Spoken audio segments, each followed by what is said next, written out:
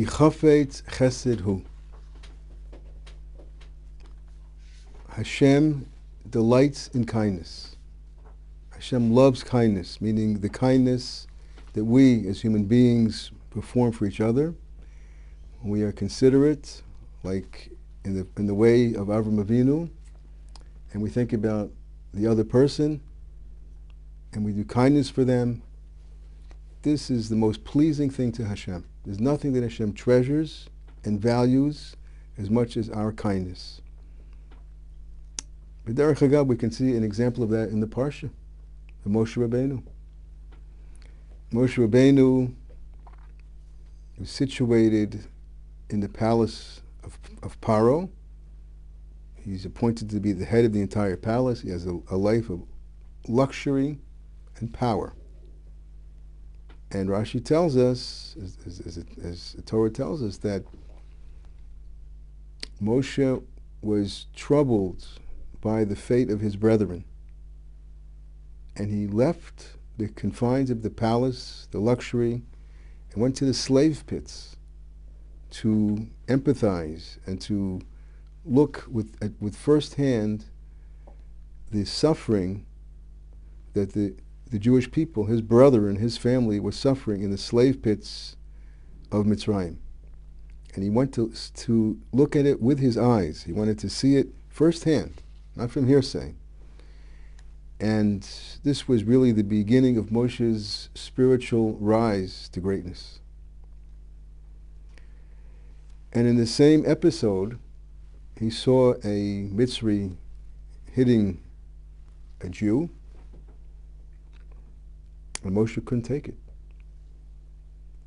He eliminated the Mitzri. The next day he saw two Jewish people fighting, tried to make peace. Then he had to flee from Mitzrayim. He goes to Midian, and Yisro's daughters are trying to draw water from the well. And there's the shepherds there. The shepherds are troubling them and pushing them away. And Moshe steps in and intervenes, rescues them. He had tremendous sensitivity, tremendous strength of character, exactly as the Baal Chesed. And then in the final episode, as he's attending the flocks of Yisro, one sheep runs away, and Moshe chases after the sheep, and he finds the sheep lapping water, and he picks up the sheep. He says, "You were thirsty and tired. I didn't know it." And he's picking up, holding the sheep, and which led him to the sneh, the burning bush.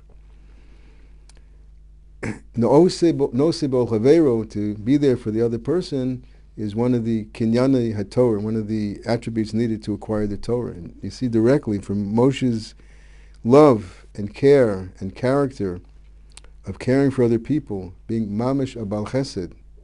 This is what led him to the Torah, because then Hashem revealed himself to him, and Moshe went back and took out the Klal Yisrael and then received the Torah on Har Sinai, because he was grounded in this attribute of loving kindness.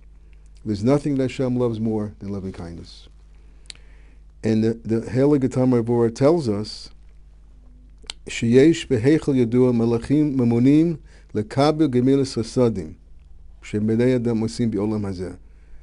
An amazing fact revealed by the Sod that we could not possibly know about if Rav Moshe Cordovero did not reveal it. He's saying in the Shemayim there is a spiritual palace inhabited by angels, and these angels, the mission of these angels is to capture every act of goodness that is done by every one of us, by every member of Klal Yisrael, and the actual act of chesed is then stored in this palace like jewels, like diamonds. It's stored there forever. And what's the purpose of that? If ever din is awakened, if ever we fall short in serving Hashem, or we do averas which awaken judgment, immediately these angels open up these treasure chests, all these diamonds, in the storehouse of Chesed, and they show Hashem, look what Yossi did, look what Shimon did. Look what this young boy did. All this chesed. And Hashem is chafetz bechesed. Hashem loves chesed so much. It moves Hashem, and he says, I love chesed so much. I love the Jewish people caring for each other. They're doing chesed for each other. And then Hashem awakens the attribute of mercy, and the din retracts, and Hashem has mercy, and we're able to continue to exist because this is the tremendous attribute of Hashem's supernal mercy in this particular aspect of ki chafetz chesed. He delights and loves the chesed that we do to each other. And we need to internalize this, because the chesed that we do could mamash save the world. It could save our family. It could save the community. Every act of chesed that we do, it's a diamond in this palace stored away. And when Hashem looks at it, he says, okay, I won't bring din on Klal Yisrael. I will, maybe Chas v'Sholom, there was supposed to be a certain tragedy in order to awaken tshuva. And Hashem says, no, the chesed is greater than anything else, and he has mercy. And the din is assuaged. So it's so important for us to engage in chesed and mercy all the time. In fact, in Mitzrayim, the Klal Yisrael took a stock of what's going on over here.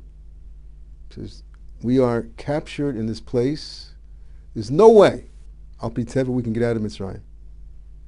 There was kishuf and witchcraft, and the Egyptians had them under their thumb, under their foot, with such brutal control. There was no way they could escape. They said it's impossible, and it wasn't possible. So they came up with an innovative solution.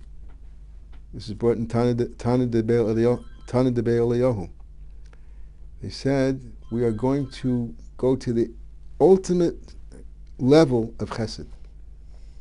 We're going to do every chesed we can in our family, for our children, for each other, for our neighbor. Every Jew we see, we're going to respond with chesed. Loving kindness in every shape and form, with the greatest dedication, because they understood the concept of midah keneged midah. If we act with chesed, ki chafetz chesedhu, Hashem delights in chesed. Hashem will see our chesed, and when he sees our chesed, Hashem's chesed will be awakened and will be alive, and that will produce Hashem's deliverance of the Klal Yisrael.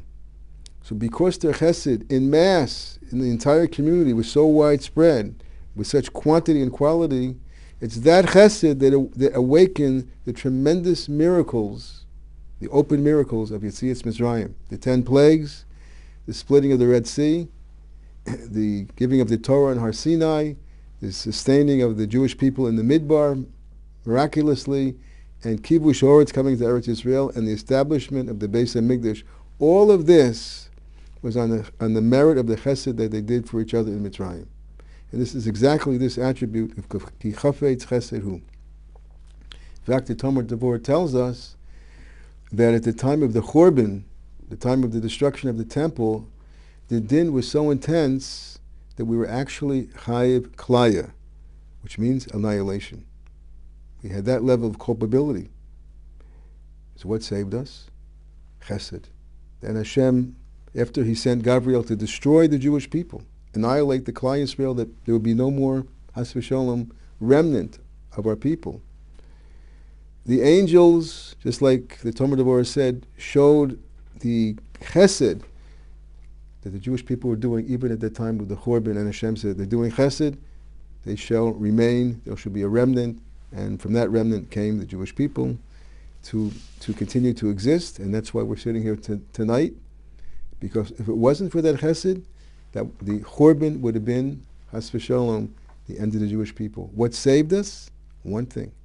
The chesed that we did for each other at that time, the loving kindness. That's how vitally important it is for chesed. It's not a little thing.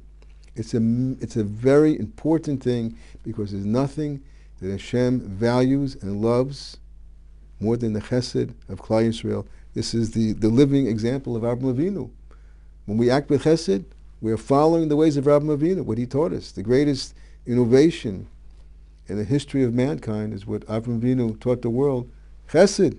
Help somebody. Invite people to your house. Do a favor. Give a smile. Visit the sick. Something. This is the core of the entire Torah, Chesed. As the Vilna Gaon said, most of the Torah can be fulfilled by the principle of bringing happiness, making other people happy, which is a big part of Chesed. So how do we emulate this attribute? Says the Helagutam Devorah. Rui ladam l'saneg, we have to conduct ourselves in Chesed constantly. Afim yira sh'adam oseh lo ra. And just like Hashem, if somebody does something bad to us, he harms us, does something detrimental, and even gets us very upset or even angry. So what does Hashem do? If we have Chesed, if we're doing Chesed, Hashem says, okay, I will show Rachamim. The emulation is exactly the same. If somebody annoyed us, hurt us, injured us, caused us a financial loss, insulted us, insulted our family, what's the application? If this person has some good attribute, something good about him, or he helped somebody else, not even you, or he did something to one time in his life, some good traits, helped somebody, we should magnify that, just as Hashem does, even though we're culpable and accountable, and Hashem should send it in. But the chesed, Hashem says, that's what I'm putting under the microscope, the chesed. So if we can find one good quality, one good aspect in our friend, or this person that hurt us or damaged us, he did a chesed, he helped a little old lady across the street, he's helping a child over there, he has one good attribute, he does shnaya mikveh b'achad targum, something. We should put it under the microscope and we should give it such weight. Says, he has one positive quality, just like Hashem does. They're doing they have bittul Torah, speaking lashon hora, sinas chinam, all the terrible averas. They're talking in shul. They're rude. They're disrespectful. They don't respect the rabbis. But they do chesed. That's enough. They do chesed. That outweighs everything because I love chesed. The same thing. If somebody disturbs us, bothers us, damages us, find the one good point in him, the one diamond that he has, one good attribute, one good action that he does, the one favor that he did for somebody, put it under the microscope, just like Hashem says, and be a chafetz b'chesed. That's so wonderful, that's weighty, so that should outweigh everything else. And when that outweighs everything else, then we can be totally positive and see him in a positive light, and we will forgive and forgo the bad that he did by learning how to have two eyes. Why do we have two eyes? One eye we see the bad that he did, but we close that eye and we just look at the good. Just look at the good. Put it under the microscope and say, wow. One time he helped somebody.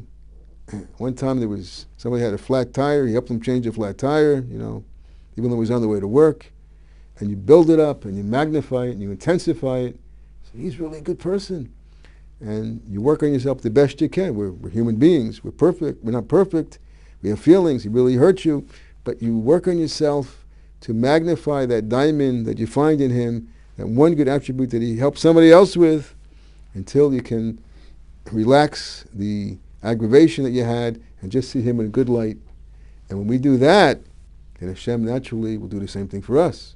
Hashem does this anyway. But the more that we emulate Hashem, this is one of the foundational principles of the Talmud Devorah, the more that we emulate Hashem in these particular 13 attributes, the more Hashem's divine supernal mercy is awakened in each one of these attributes. So when we are able to exercise this particular trait about somebody that really gave us a hard time and really damaged us and hurt us, but we're able to emulate Hashem in this way and say, but he does have a good point.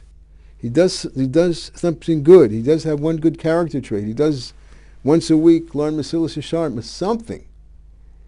So when we do that and we're able to overcome all of our anguish and look at him in a good light and get rid of the negative feelings and see him good, this has an effect in the Shemayim, and Hashem then looks on us he only sees the chesed that we do, and he has mercy on the whole community and the whole world. So this is a very important concept to understand, that not only the emulation, but another motivation to emulate Hashem is because the more we act in Hashem's ways, the more this midah of Hashem is brought into the world. And we don't have to articulate how much mercy we need at this time. Every time, we are dependent solely on Hashem's rachamim, and this is he's telling us the secret. How do you awaken Hashem's rachamim? And this is the way we understand each one of the 13 attributes, and then emulate it, and that then awakens Hashem's rachamim, His supernal mercy, even more and more and more. So when we understand this one about that Hashem loves Chesed, and the Chesed of Hashem, the Hashem loves Chesed to such a degree that when any person acts in a kind way, it awakens Hashem's mercy. Collectively, the whole Klal Yisrael, even more so. So we need to emulate exactly this attribute when we are in a situation where somebody has hurt us. We look for the good in him, and we get excited by that good, and that then diffuses the anger that we have, or the upsetment that we have, and we're able to actually move our feelings to just see him as good. When we do that, then this awakens Hashem's supernal mercy of Chafetz B'Chesed and brings great mercy and compassion upon the Klal Yisrael.